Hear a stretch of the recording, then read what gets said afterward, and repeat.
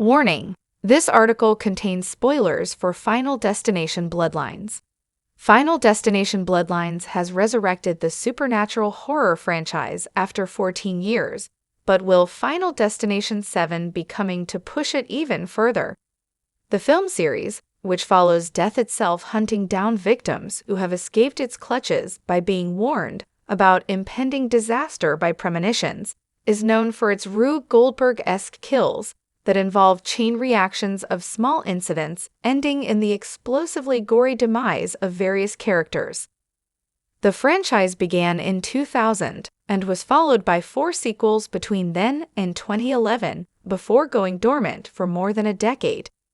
While Final Destination 5 was a success at the box office, grossing $157.9 million worldwide against its reported budget of $40 million, it earned considerably less than the previous installment, which remains the highest-grossing entry with $187.4 million and has the exact same reported budget. It is likely these diminishing returns are what prevented the Final Destination movies from returning with a 6th installment in the 2010s.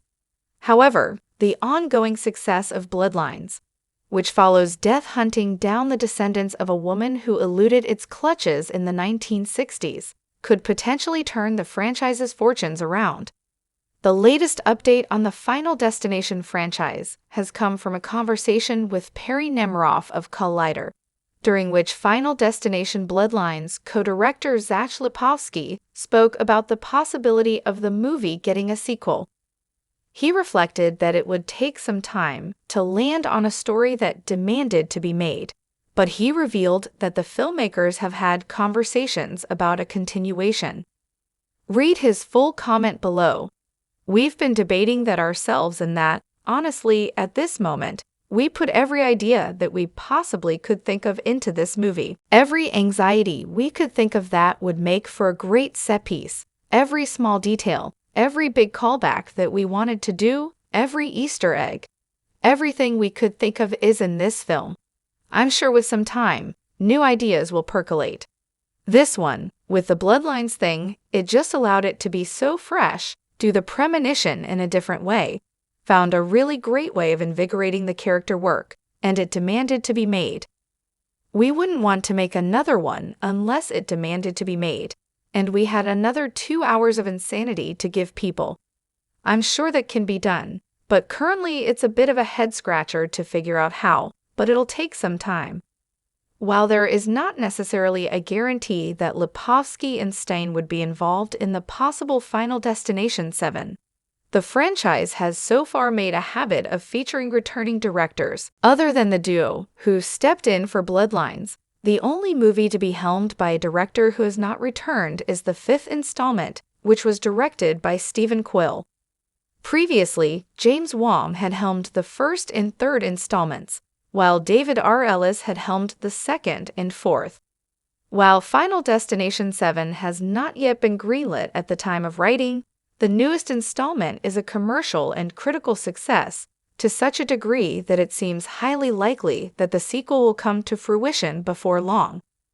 In its opening weekend alone, the Final Destination Bloodlines release has shattered box office records for the franchise. It grossed $51.6 million in its first 3 days at the domestic box office alone, exceeding the franchise's previous highest debut by a whopping $24.2 million. One potential hurdle is the fact that Final Destination Bloodlines is the most expensive installment, with a reported budget of $50 million. This price tag most likely places its estimated break-even point somewhere around $125 million. However, it nearly reached that milestone by the end of its first weekend in theaters with a global haul of $102 million. In addition to seeing it rocketing onto the chart of the top 10 highest-grossing movies of 2025 so far, this total exceeded the amount that 2003's Final Destination 2 earned throughout its entire worldwide theatrical run. On top of its record-breaking debut, Final Destination Bloodlines reviews have been almost universally glowing. It is the highest-rated movie in the franchise on Rotten Tomatoes, with both critics and audiences. 172 critics weighed in to give it a 92% score on the Tomatometer, while more than 2,500 verified user reviews have earned it a Popcornmeter score of 88%. That Tomatometer score includes the 8 out of 10 score from Screen Rant's own Nader Samara. Read an excerpt from his review below. While the word quality is always tricky in horror, I imagine fans and skeptics will be surprised at the sheer quality of Bloodlines. Filmed for IMAX, cast very well, and ultimately well-made, Final Destination Bloodlines is a spectacle, a joyride, and easily the funniest iteration in the franchise. On top of having the best Tomatometer and Popcornmeter scores in the franchise, Final Destination Bloodlines is also the only installment to be either certified fresh or verified hot on those respective meters. It ultimately seems unlikely that any characters from the sixth installment will return, because the Final Destination Bloodlines ending sees the final survivors from the movie perishing during a train derailment. Of the main cast of the movie, only the supporting characters Marty Race and Brenda Campbell are left alive, because they married into the family of Iris Campbell, whose premonition prevented a disaster at the Skivvy, a tower restaurant that was meant to collapse in 1968. The only other major character who does not die in Final Destination Bloodlines is William Bloodworth, the eerily knowledgeable mortician who has appeared in 4 of the 6 installments in the franchise. However, it is implied that Bloodworth will die shortly after the events of Bloodlines, as he is the next on death's list after Charlie and Stephanie Reyes, who perish in the final shot of the movie. Additionally, Todd died from stomach cancer in 2024, preventing him from returning in any future installments.